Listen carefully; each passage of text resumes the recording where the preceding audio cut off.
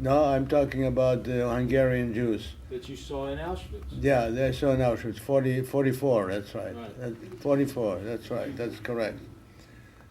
My father, again, he didn't believe to the last minute that something like this can happen. And of course, he didn't want to go because he was very prosperous at that time. And his relatives here in the United States, from the report that he was getting, were not doing too well. So he just, and my mother at that time didn't feel like she wants to leave her family. So just a situation that they just didn't feel that it's necessary.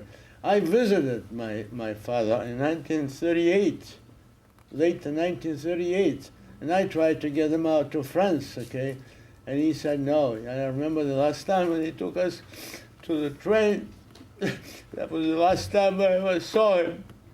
And he still didn't believe at that time something like this can happen until it happened.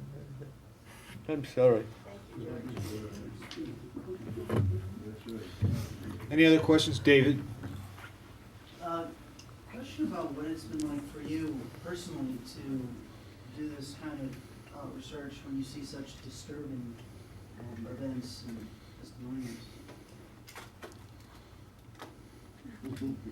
There's no answer for that. I'm an observer. I'm not a first-hand participant, and so I try to ingest the poison and get it back on paper for readers, for students, as best I can. Charlotte had mentioned before the fact that I'm not Jewish probably adds to gives it some levity, or not levity, some weight with those who are not Jewish, who believe in Jewish falsification of history or something. I don't really think that serious historians accept Jewish falsification on these issues anymore. And I think the litmus test that really broke the back of that was the Jan Gross book and the tremendous Polish upheaval against it, because the Poles had remembered themselves as victims of the Nazis, and to think of themselves as perpetrators was difficult. For me, I think that would probably take a lot of therapy to explain why I do this. There is something in my background. Okay. I'm a working class kid from Detroit, and I've always felt that I was good at doing what most scholars didn't do well, and that was I felt most scholars had a tin ear for real life. And I felt that my strength as a writer in pretty much everything I've ever done was being able to give victims, perpetrators, bystanders a voice in it, however much it hurt to grow into their experience so that I could understand what they were doing. It produces its own problems. And my wife treats the house with various alternative religious ceremonies all the time to chase out the evil that I bring into it. Literally, she has brought in shaman and priests and everyone possible because she's convinced that what I do summons evil to our house. Because that's a whole nother story, but. So I don't talk about what I do in the rest of the world. I talk about it with groups like yours. I talk about it with scholars. I write about it. People in my neighborhood don't even know I'm a professor. They just think, oh, he spends a lot of time home. It's a funny kind of contrast because I can't talk about my work. Nobody wants to hear about these things day in, day out. I really wanted to thank you. It's really important work, and I can't imagine what it's like for you. Thank you. It's not as bad as it was for George. Mike? Yeah, if I can get just one more question. Thank you very much for the presentation. I understood that the motivation, the larger picture motivation was to try to understand the human psychology, the behavior and the motivation of people. And what I've heard in your account is both great heroism and then, but an even more depressing side of human nature, just a willingness to commit atrocious acts of evil. Right. I was once heard a speaker say the only difference between an ordinary person and somebody who was an executioner, say for the Nazis and so on, was circumstance, was luck.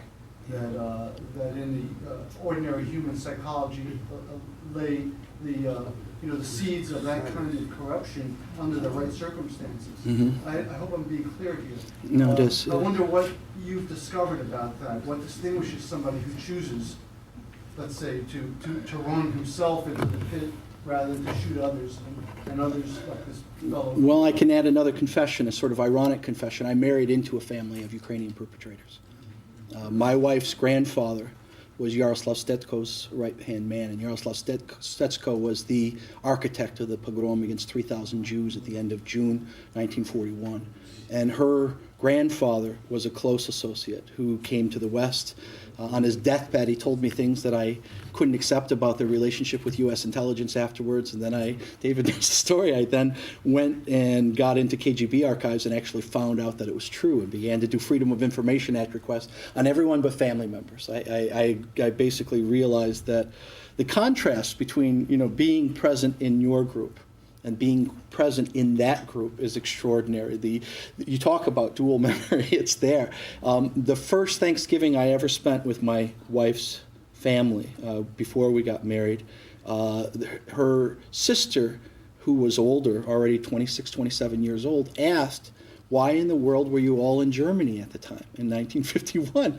They had been silent about the events that led to their coming to America, except to say the Soviets, the Bolsheviks, the communists.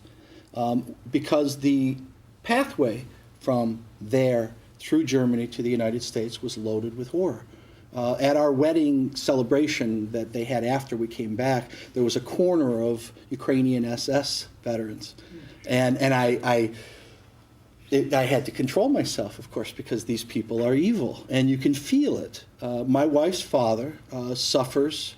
He was the son of a collaborationist elder, village elder in Trostanets in Ternopil, where his father was responsible for deporting 500 Polish families.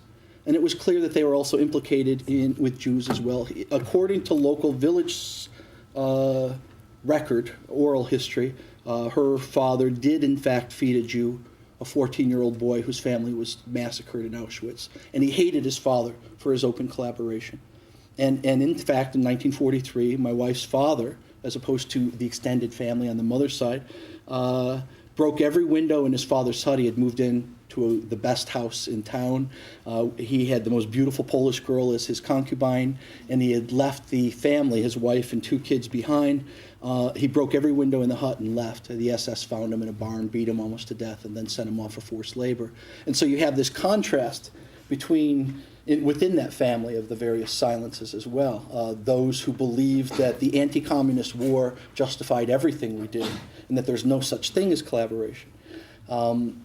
For me, on the specific question of ordinary men, there but for the grace of God go I sort of argument, I'm among those like Lawrence Langer who doesn't accept it. I think that there should be a book of horrors that only certain individuals can perpetrate.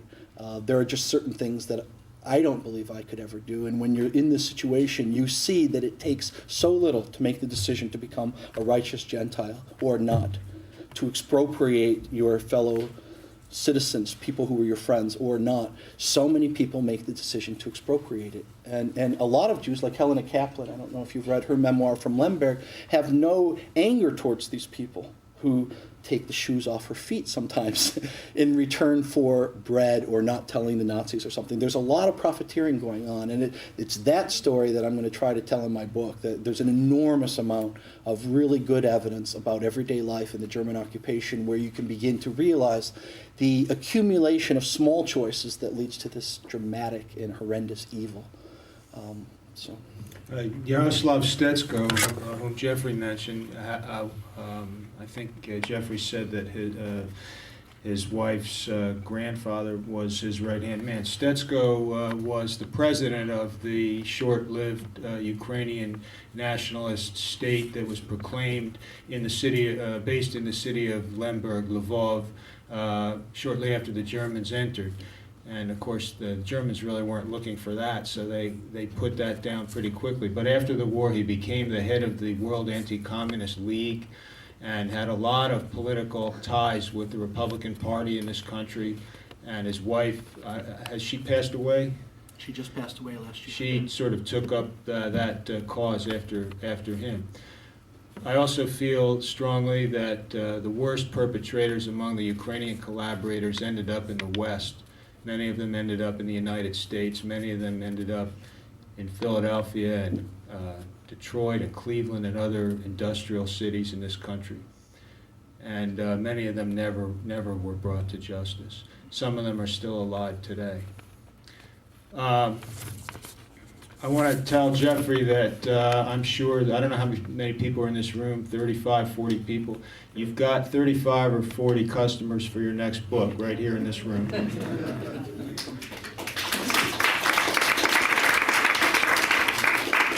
Okay, we're going to push back our schedule.